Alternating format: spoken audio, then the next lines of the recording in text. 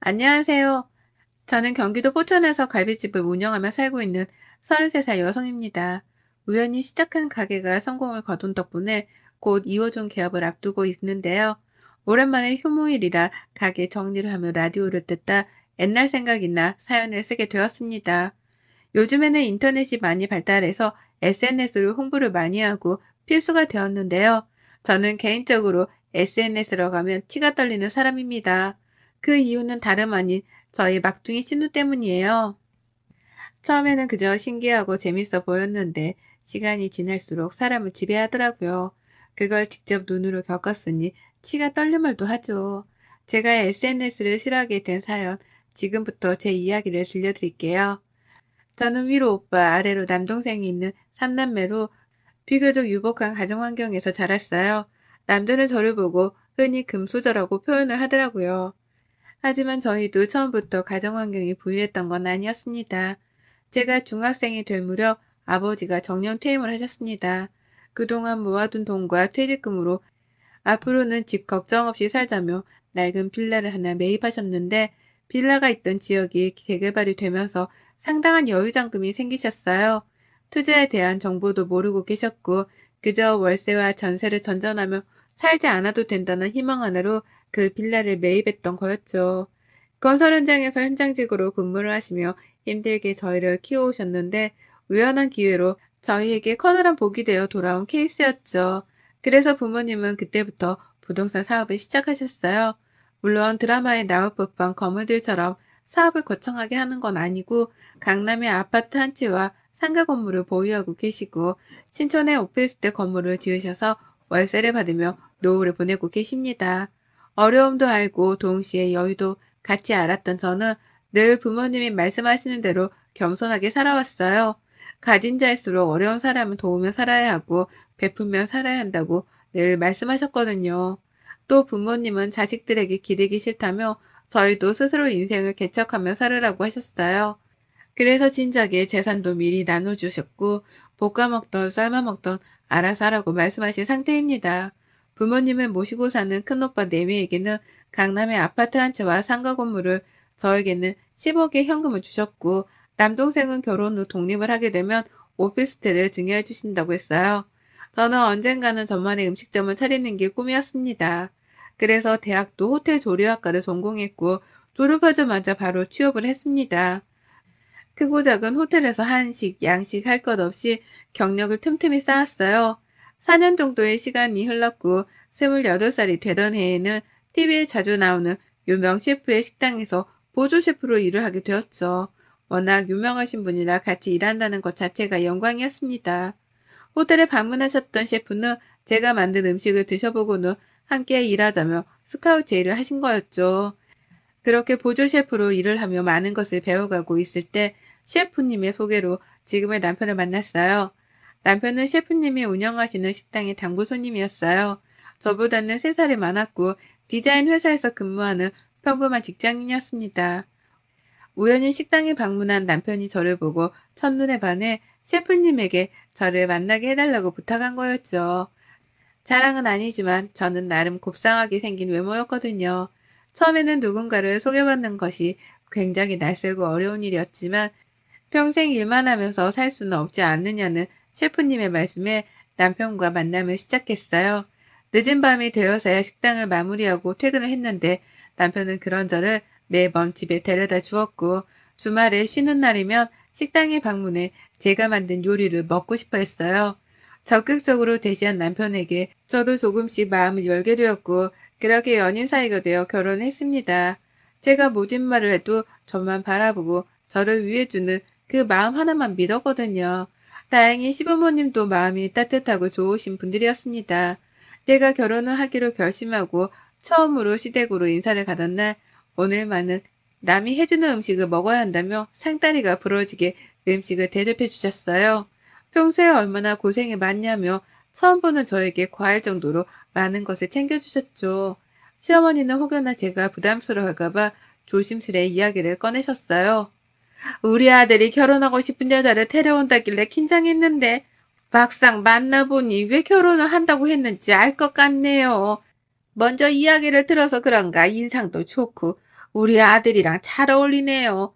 앞으로는 우리 집에 오면서 내가 맛있는 거 많이 해줄게요. 우리 가족이 된 걸 환영해요. 저는 긴장되고 굳었던 마음이 언제 그랬냐는 듯 사르르 녹았습니다. 그리고 의외의 복병을 만나게 되었는데요. 갓 20살이 된 늦둥이 신우였어요. 바로 그 문제의 신우입니다. 남편과도 워낙 나이 차이가 많이 나고 늦둥이로 태어난 탓에 많은 관심과 사랑을 받으며 자랐거든요. 하지만 뭐든지 과하면 탈이 난다고 하잖아요. 신우이는 좋게 말하면 털털하고 거리낌 없지만 나쁘게 말하면 대책과 생각이 없는 사람이었어요. 저도 처음 봤을 때는 나이도 어리기에 그저 귀엽기만 했어요. 늦둥이로 자란 탓에 애교도 많고 먼저 언니 하며 다가오기도 하고 부침성도 좋았거든요. 그래서 저도 동생 같은 마음에 시누이를 데리고 백화점에 몇 번 가서 좋아하는 것도 사주고 그랬죠. 맛있는 음식을 먹으러 가거나 분위기 좋은 카페를 가도 거의 데리고 다녔죠. 하지만 그게 화근이었을까요? 처음에는 보통 사람들처럼 음식 사진을 찍고 하는 줄 알았는데 점점 굳이 이렇게까지 해야 하나 싶을 정도로 사진에 집착을 하더라고요. 한 번은 맛집으로 소문난 파스타 집을 데려갔는데 음식 플레이팅이 너무 예쁘더라고요. 근데 음식이 다 나와야 사진을 찍을 수 있다며 죽어도 손을 못 대게 하더라고요. 결국 모든 음식이 차려지고 신우이가 사진을 찍은 뒤 식어 빠진 음식을 먹어야 했어요. 또 한 번은 성인이 된 기념으로 크리스마스 선물로 유명한 화장품 브랜드의 립스틱을 선물로 사주었는데 생일 때는 오히려 먼저 "이 브랜드 가방도 사주세요." 하면서 들이밀더라고요. 그래도 생일이니까 하는 마음에 덜컥 사줬죠. 나중에 시누이의 SNS를 우연히 보게 됐는데 처음에는 일상을 공유하는 사진 위주였다가 점점 명품을 자랑하거나 부유한 사람이다라는 걸 과시하는 듯한 뉘앙스로 변질되어 가더군요. 실제로 협찬 문의가 여러 군데서 오기도 했고 신우이는 대학까지 휴학하며 집에 틀어박혀 SNS에 점차 지배당하게 되었죠. 잠자고 밥 먹는 시간, 화장실 가는 시간 외에는 별도의 스케줄을 짜서 움직이더라고요. 협찬으로도 모자라 무리하게 명품을 산다던가 먹지도 않고 입지도 않은 제품을 구매해서 리뷰를 한다던가 무언가 잘못되었다고 생각이 들기 시작했어요. 그러다 결정적인 사건이 발생합니다. 제가 근무하는 식당도 맛집으로 소문난 곳이에요. 낮밤 할 것 없이 사람들이 붐볐고 예약을 하지 않으면 먹을 수 없는 그런 곳이었죠. 신우이가 한 번은 제 식당에서 친구들과 식사를 하고 싶다길래 어렵사리 자리를 마련해 두었어요. 아니나 다를까 여러 대의 휴대폰으로 사진도 찍고 개인 방송도 하면서 4시간은 죽치고 앉아있더라고요. 보는 제가 다 민망할 정도였어요. 안 되겠다 싶어 퇴근하고 집에 가서 잘 타일러 봐야겠다고 생각했습니다. 그날 저녁 시댁에서 저녁을 먹기로 했기 때문에 일찍 퇴근하고 시댁으로 갔습니다. 신우이는 저에게 반가운 목소리로 "언니 왔어요? 나 부탁 하나 있는데 들어줄래요?" 라며 안기는 거예요. 무슨 부탁인데요? 들어줄 수 있는 거면 들어줄게요. 말해봐요. 역시 언니 짱! 다름이 아니라 저 컨텐츠 하나 찍는데 컨셉이 명품녀거든요. 근데 제가 돈이 없잖아요. 이번에 회사랑 새로 계약하면서 입지 조건이 더 좋아졌거든요.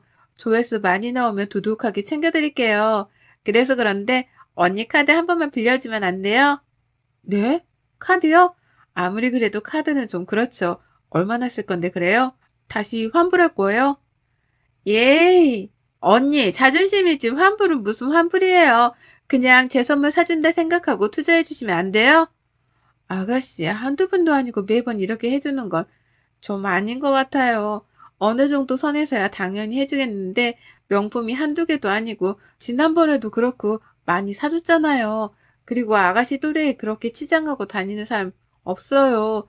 너무 과하면 오히려 보기 안 좋으니 다시 한번 생각해봐요. 언니, 정말 너무한 거 아니에요? 저 나이 어리다고 무시하는 거예요? 그 컨텐츠 하나 찍으면 돈이 얼만데 하나밖에 없는 신우이가 잘 되는 게 그렇게 배 아파요? 아가씨, 다시 한번 말하지만 아기가 있어서 아가씨를 나무라는 게 아니에요. 적당히 하라는 거죠. 생일 때, 기념일 때 다 챙겨주잖아요. 아가씨 또래는 그 정도도 못하는 친구들이 대부분이에요. 과하다는 얘기죠. 그래서 말인데 카드 빌려주고 그러는 거 더 이상 못해요. 안 돼요. 언니 진짜 너무하네. 그렇게 안 봤는데 사람 참 쪼잔하네요. 들어보니 집도 잘 사는 것 같더니만 있는 사람들이 더한다더니 진짜 딱 그 꼴이네. 신우이는 제대로 토라져 저를 완전히 등지더라고요. 이상한 분위기를 감지한 남편이 무슨 일이냐며 다가왔지만 신우이는 콧방귀를 뀌며 방으로 들어가 버렸어요. 시부모님은 주방에서 음식을 하시느라 미처 그 상황을 보지 못하셨고요. 저는 조금 어이없었지만 식사 자리인 만큼 기분 좋게 넘어가려고 했어요. 저러다 말겠지 했는데 저의 큰 오산이었죠. 밥을 먹고 시어머니가 내주시는 커피와 과일을 먹는데 신우이가 대뜸 저에게 그러더군요. 언니는 시집살이 안 해봐서 시댁 사람들 어려운 거 모르나 봐요. 이참에 엄마가 잘 가르쳐야겠어. 신우이도 시댁 사람인데 어쩜 나한테 그렇게 막대하는지 몰라. 응? 그게 무슨 말이니? 아가, 너 얘랑 무슨 일 있었어? 그리고 규빈이 너, 그게 무슨 소리야? 말 그대로야. 언니는 사람 어려운 줄 몰라. 이참에 신우이 노릇 좀 해봐야겠어. 왜? 안 돼? 너 그게 언니한테 무슨 말버릇이야. 네가 뭘 안다고 신우이 노릇을 한다고 그래? 너 언니한테 그러면 안 돼. 대뜸 저렇게 말하니 저는 아무런 대꾸를 할 가치가 없다고 느껴졌습니다. 아까 일에 대한 보복이었죠. 하지만 나이가 어린 탓인지 생각하는 것도 어리더군요. 언니, 말해봐요. 아까는 그렇게 따박따박 말 잘하더니 왜? 쫄려요? 예, 너 그게 새언니한테 무슨 말버릇이야. 조용히 안 해? 저는 대충 넘어가려고 했지만 도저히 그냥 두면 안 될 것 같아 차분히 말하기 시작했어요. 아가씨, 제가 말했죠. 그동안 어머님, 아버님 모르게 챙겨준 게 얼만데 그런 서운한 소리를 해요. 생일이면 생일, 기념일이면 기념일. 친구 생일이라 그래서 저번에는 호텔 예약까지 해줬죠. 저번에 휴학하는 거 비밀로 해달라고 한 거 지금 말해도 돼요? 아가씨 행동을 도저히 이해 못하겠네요. 학교까지 휴학하면서 그렇게 SNS에 매달리면 뭐가 나와요? 이참에 다 까불려 볼까요? 봐봐. 언니 눈 저렇게 뜨고 나한테 말하는 꼬라지 좀 보라고. 이래도 가만히 있을까요, 엄마, 아빠? 가만. 휴학? 규빈이 너 휴학했어? 언제 했니? 어떻게 한마디 상의도 없이 휴학을 해? 어쩐지 가만 보니 집에 있는 시간이 좀 많다 했다. 너 무슨 생각으로 휴학한 거야? 그놈의 SNS가 뭔데 그래? 그때서야 신우이가 조금 움찔하더군요. 사실 신우이가 학교 휴학한 건 저와 남편밖에 모릅니다. 근데 웃긴 건 휴학한 사실을 모르고 있던 시부모님이 신우이의 대학 등록금 합의 명목으로 꾸준히 통장에 돈을 넣어주셨던 거예요. 신우이는 그 돈으로 명품을 사고 놀러 다녔고요. 아가씨, 내가 이런 말까지는 안 하려고 했는데 뭐 사줄 때마다 영수증 간직하는 버릇이 있어요, 내가. 지금 이거 뭔지 알죠? 그동안 내가 사준 것만 해도 웬만한 직장인 연봉은 될 건데 어머님 아버님이 보내주신 등록금 용돈 그거 다 뭐 했어요? 내가 매번 오냐 오냐 하니까 내가 그렇게 만만해요? 신우이가 손윗사람? 적어도 나이 어린 아가씨한테 꼬박꼬박 존대해가며 대우해줬다고 생각해요. 근데 오히려 적반하장으로 시자 노릇을 하겠다니 기가 차네요. 감당할 수 있어요? 언니, 그래도 말 그렇게 하는 거 아니죠? 어머니, 나도 신우이 되는 사람이고 나이 어리다고 무시해요? 내가 대학을 휴학하던 말도 무슨 상관이야? 내가 돈 벌어서 잘 먹고 잘 살겠다는데 그거 하나 도와주기 어려워요? 보니까 언니 친정도 잘 사는 것 같던데 있는 사람이 도와줘야지 왜 그렇게 속이 좁아요? 말 다 했어요? 여기서 내 친정 이야기가 왜 나와요? 내가 그동안 해준 걸로 부족하면 아가씨가 일을 해서 직접 사입고 사먹고 해요. 나한테 빌붙지 말고 해주는 것도 정도 것이지. 어머님, 아버님, 이거 보시고요. 저는 더 이상 아가씨한테 일절 지원 못합니다. 그리고 죄송하지만 다달이 드리던 용돈 못 드릴 것 같아요. 아가씨한테 나가는 돈이 많아서 감당이 안 돼요. 죄송합니다. 그날 이후 시댁은 완전히 발칵 뒤집어졌어요. 신우이가 대학 등록금 용돈을 모두 털어 온갖 명품을 산 흔적들이 발견되었고 그뿐만 아니라 제가 사주었던 것들은 되팔기까지 하면서 그 돈으로 다른 제품을 사드리고 그랬더군요. 물론 휴학을 한 부분은 시부모님은 일절 모르셨던 상태라 더 심각했죠. 저는 그동안 제가 사줬던 모든 것에 대한 영수증을 남편과 시부모님께 보여드렸어요. 남편은 자기가 면목이 없다며 미안하다고 사과를 했고 시아버지는 신우의 머리를 밀어버려야 한다며 노발대발하셨죠. 시어머니는 그저 한숨만 푹 내쉴 뿐이었습니다. 시부모님은 제게 미안하다며 다달이 보내주었던 용돈 주지 말라고 하셨고 오히려 저에게 사과를 하시며 그동안 몰라서 미안했다고 신우이한테 쓴 몫이라며 3천만 원을 주셨어요. 신우이는 휴대폰까지 압수당한 채 집안에 감금당하다시피 통제된 생활을 하게 되었어요. 이참에 버릇을 단단히 고쳐놔야 한다며 정말 머리를 스포츠 머리로 밀어버리셨더라고요. 신우이는 처음에는 악다구니를 쓰며 저를 탓하기도 하고 온갖 말도 안 되는 말을 내뱉었지만 한 달 정도가 지나니 자신이 잘못했다며 한 번만 봐달라고 사정을 하더라고요. 시부모님도 늦둥이 딸이 애걸복걸하니 마음이 아프셨는지 끝내 용서를 하더라고요. 대신 조건을 거셨죠. 신우이는 처음에는 당황하더니 이내 알겠다며 대답을 했고요. 너 이번 한 번만 용서해 주는 거다. 단 조건이 있다. 대학 등록금은 해줄 테니 그 이외의 용돈 학비는 네가 직접 벌어서 써라. 오빠나 언니의 도움은 바라지도 말고 무슨 수를 써서라도 네 스스로 알아서 해. 너도 20살이 넘은 성인이니 너 하나 간수는 잘하겠지? 그리고 새언니한테 제대로 사과하고 학교 기숙사는 어림도 없다. 거리가 멀던 짧던 집에서 통학해라. 알겠니? 그리고 마지막으로 다시 한번 그놈의 SNS니 뭐니 하면서 난리쳤다가는 호적에서 팔 줄 알아. 한바탕 소동이 사그라지고 여느 때처럼 바쁜 일상을 보내고 있었습니다. 남편과 모처럼 주말을 맞아 집에서 늦지막히 자고 일어나 TV로 영화를 보며 맥주 한잔을 하고 있었어요. 초저녁이 다 된 시간이었는데 누군가 저희 집에 찾아온 겁니다. 바로 신우이였어요. 아가씨, 여긴 어쩐 일이에요? 이 시간에? 그 꼴은 또 뭐고요? 언니, 제가 지금 일하다 와서 꼴이 말이 아닌데 언니한테 사과를 하고 싶어서요. 들어가도 돼요? 일단 들어와요. 밥은 먹은 거예요? 일하면서 공장에서 밥도 주니까 그걸로 끼니 해결했어요. 제가 이제 일한 지 한 달 됐는데 오늘 월급 받았거든요. 근데 이 돈 언니 드려야 할 것 같아서 이렇게 왔어요. 제가 너무 철없이 굴어서 죄송합니다. 돈을 벌어보니 알겠더라고요. 언니의 진심을 몰라줘서 제가 너무 한심해 보이더라고요. 정말 미안했어요. 저 열심히 살아서 예전처럼 언니랑 쇼핑도 가고 잘 지내고 싶어요. 미안해요, 언니. 눈에 눈물이 가득 고인 채로 저에게 말을 하는데 어떻게 가만히 있을 수가 있겠나요? 사실 신우이가 저와 시부모님께 호되게 당하고 나서 김치 공장에서 일을 시작했어요. 방학이기도 하고 복학하기 전에 돈을 바짝 모아야 한다면서 시작한 일이었죠. 고생을 하는 모습을 보니 마음은 아팠지만 한 번쯤은 겪어야 할 상황이어서 모른 척 했습니다. 그래도 사람인지라 저렇게 고생해서 벌어온 땀 묻은 돈을 받자니 제가 너무했나 싶더라고요. 언니, 저 정말 느낀 게 많아요. 저는 그저 언니가 돈이 많은 사람이어서 해줄 수 있는 줄 알았어요. 제가 돈을 벌어보니 100원짜리 하나가 그렇게 소중하더라고요. 정말 죄송해요, 언니. 저 다시는 사치 안 부리고 쓸데없는 고집 안 피울 거예요. 오빠나 엄마, 아빠한테도 미안하고요.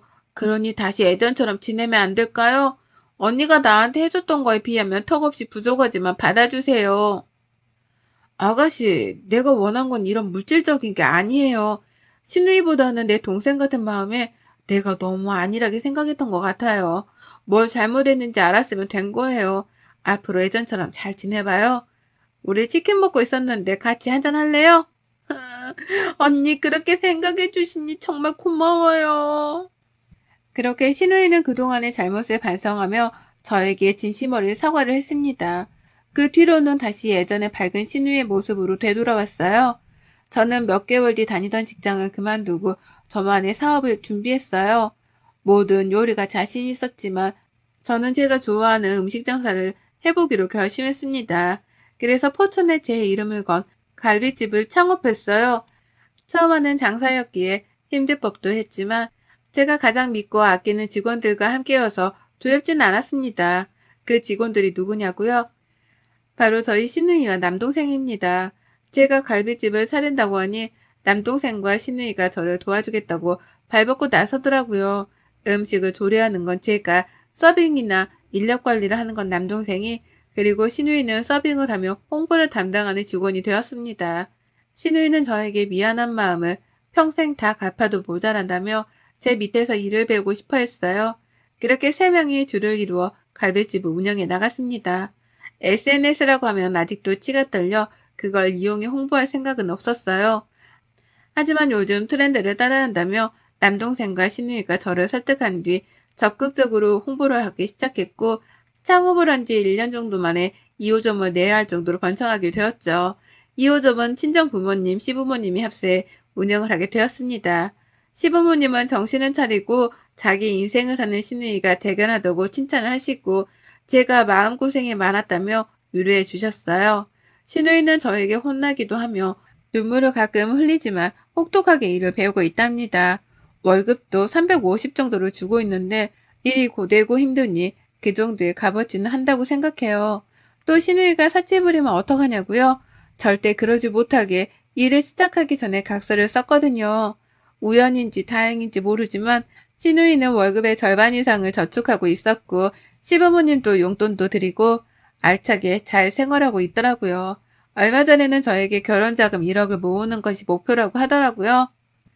정신을 차리고 잘 살려고 노력하는 모습을 보니 기특했습니다. 앞으로 2호점을 시작으로 3호점, 4호점도 낼 계획이에요. 가족들이 모두 사업을 같이 하는 바람에 힘은 좀 덜 들지만 많이 행복하네요. 내년 가을에는 사랑스러운 아이도 태어날 예정이라 조금 더 많이 행복해질 것 같습니다. 시누이는 벌써부터 고물하며 이것저것 아기 선물을 사놓기 시작했네요. 요즘 SNS를 하도 많이 하다 보니 사람 사는 세상 같지 않다고 느껴진 적도 있는데, 여러분도 그런 적 있나요? 저는 예전에 휴대폰이 없던 시절이 그리워지기도 한답니다. 사람과 사람 사이의 정이 없어진 느낌이랄까요? 여러분도 혹 주변에 놓고 지나가는 것이 있지 않은지요? 사는 게 힘들더라도 가끔은 쉬어가며 주변을 한 번쯤은 돌아보세요. 그동안 느끼지 못했던, 보지 못했던 것들을 발견하실 수 있을 겁니다. 제 긴 사연 읽어주셔서 감사드립니다. 행복하세요. 여러분의 생각은 댓글로 남겨주세요. 오늘도 시청해 주셔서 정말 감사합니다.